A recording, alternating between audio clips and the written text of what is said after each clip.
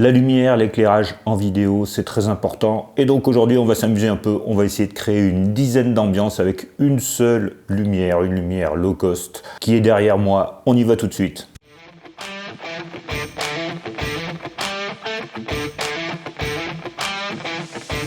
Bonjour et bienvenue sur Pix'n'Light. La chaîne s'appelle Pix'n'Light, je l'ai appelée comme ça parce que j'adore jouer avec la lumière. Alors aujourd'hui on est un petit peu en vacances et on va s'amuser à créer différentes ambiances sans se prendre au sérieux et on va voir qu'on peut faire beaucoup de choses avec une seule petite lumière pas chère. Alors la première ambiance c'est celle-ci, un peu sombre avec un éclairage qui a un style relativement naturel. On a l'impression qu'il y a une fenêtre, quelque chose qui nous éclaire par ici. Et pour faire ça, en fait, j'ai utilisé une lumière artificielle, bien sûr. C'est cette lumière pas chère, le Godox SL60. Mais d'abord, je vais vous montrer l'ambiance de la pièce sans lumière, parce que c'est important de voir, il y a quand même un peu de lumière qui me vient de la fenêtre ici, même si j'ai un rideau tiré. Sans lumière, ça donne ça. J'ai un peu de lumière qui passe sur le côté du rideau qui est ici en face de moi et qui va me donner un fond assez diffus. Je vais allumer la lumière qui est ici à l'arrière. Donc cette lumière est équipée d'une streetbox. Ça aurait pu être une softbox plus conventionnelle, plus d'un rectangle un peu moins fin. Mais ce qui est important, ce qui est à noter, c'est que je suis dans une pièce pas très grande. Ça fait environ 20 mètres carrés, il y a un plafond blanc, il y a des murs blancs, j'ai juste un mur bleu de ce côté-ci. Le sol est aussi assez clair, donc j'ai une réflexion globale de ma lumière sur l'ensemble de la pièce. Et ça va faire que cette lumière qui est située 3/4 arrière va quand même m'éclairer par devant, par réflexion. Mais comme je vous l'ai dit, par devant, j'ai aussi un petit peu de diffusion autour de la fenêtre. Je vais fermer le volet et on va voir ce que ça donne lorsque le volet est complètement fermé et que je n'ai aucune lumière qui rentre. Et alors je serai seulement éclairé par ma lumière. Voilà, maintenant mon volet est complètement fermé, donc je suis seulement éclairé par ma lumière et la réflexion dans la pièce. Plus aucune lumière ne vient de l'extérieur. Et on voit la différence, l'image est plus contrastée. Alors des petites choses vont pouvoir avoir un impact sur mon image. Par exemple, devant moi, j'ai un grand rideau gris. Si je tire ce grand rideau gris, on va voir que l'image va de nouveau être éclairée de manière plus importante. Voilà, simplement d'ouvrir ce grand rideau gris, la lumière va se réfléchir sur le volet qui est gris clair un peu sale. Et je vais être éclairé par réflexion, par cette grande surface. Et donc les ombres sont beaucoup mieux débouchées que lorsque j'avais le rideau gris tiré.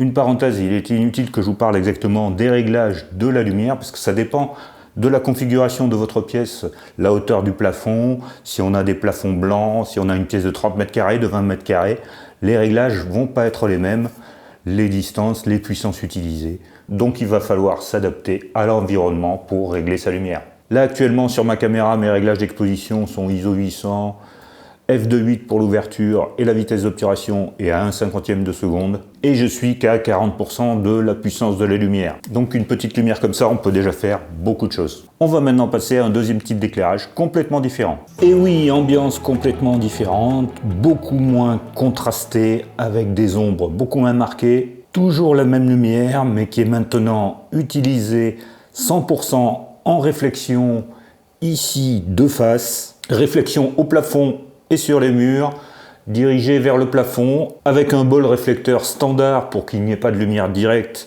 qui vienne et avoir la lumière la plus douce possible.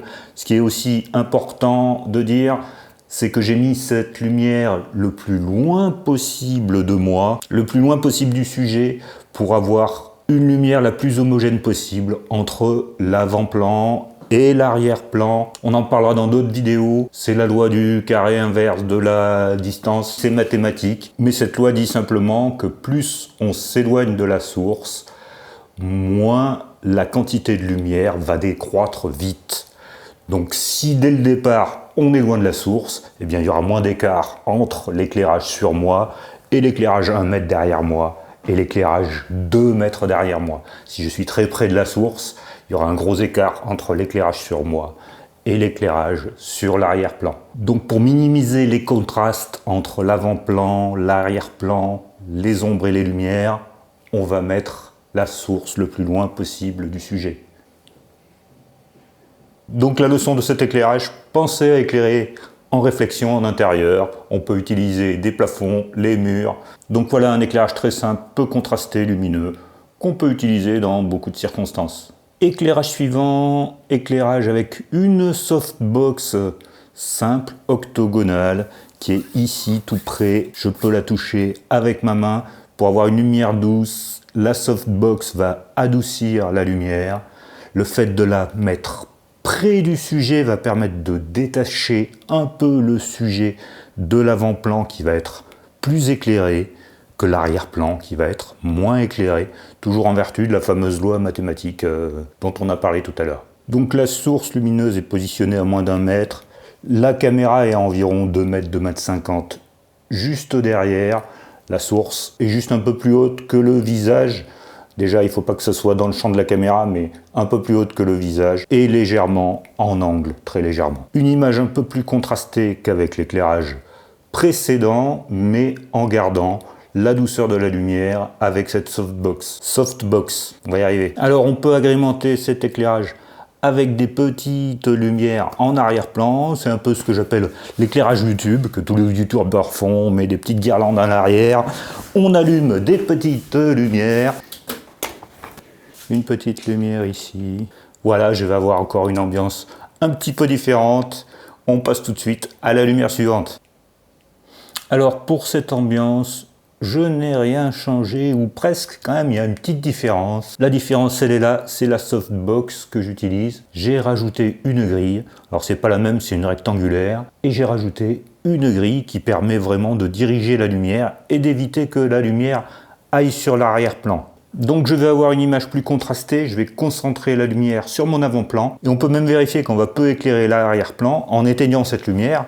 Et en voyant la différence, on va voir que l'arrière-plan, il varie peu lorsque je vais éteindre ma lumière. Voilà, donc on voit que l'arrière-plan n'est pas énormément modifié. Si je rallume ma lumière, je vois que j'ai un petit peu de cette lumière qui va sur l'arrière-plan.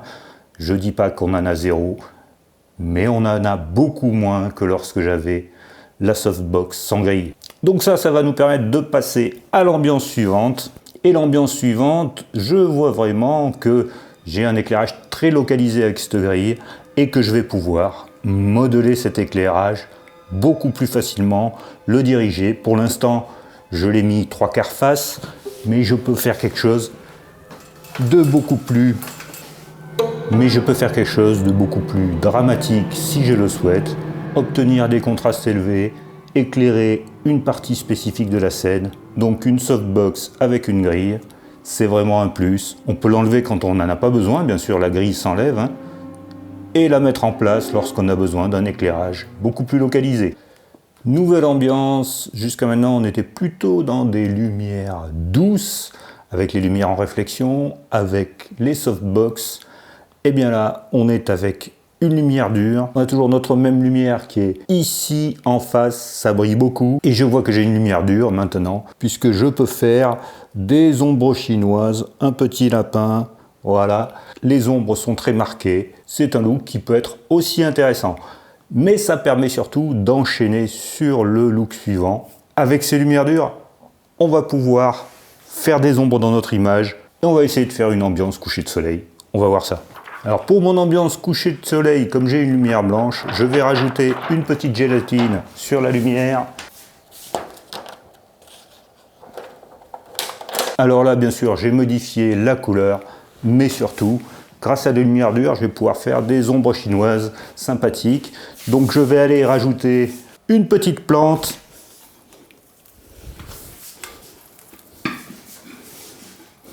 Qui va me faire des ombres chinoises, comme si la lumière, le soleil passait à travers une fenêtre. En fonction de la position de cette plante, je vais avoir des ombres plus ou moins marquées sur mon sujet. Si je rapproche la plante du spot, j'ai des ombres un peu plus floues. Si je rapproche la plante du sujet, enfin la plante ou l'autre objet qui me sert à faire des ombres, si je la rapproche du sujet, je vais avoir des ombres plus nettes. On va voir ça. Hop.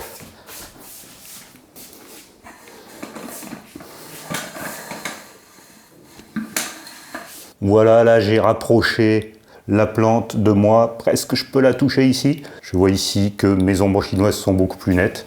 Et que si ces ombres se dessinent sur mon visage, aussi ça va être plus net. Donc on va jouer sur la position relative de la lumière, de l'objet, pour créer des ombres sur notre sujet. Et pour finir, sans doute moins utile, le look « Faites entrer l'accusé ».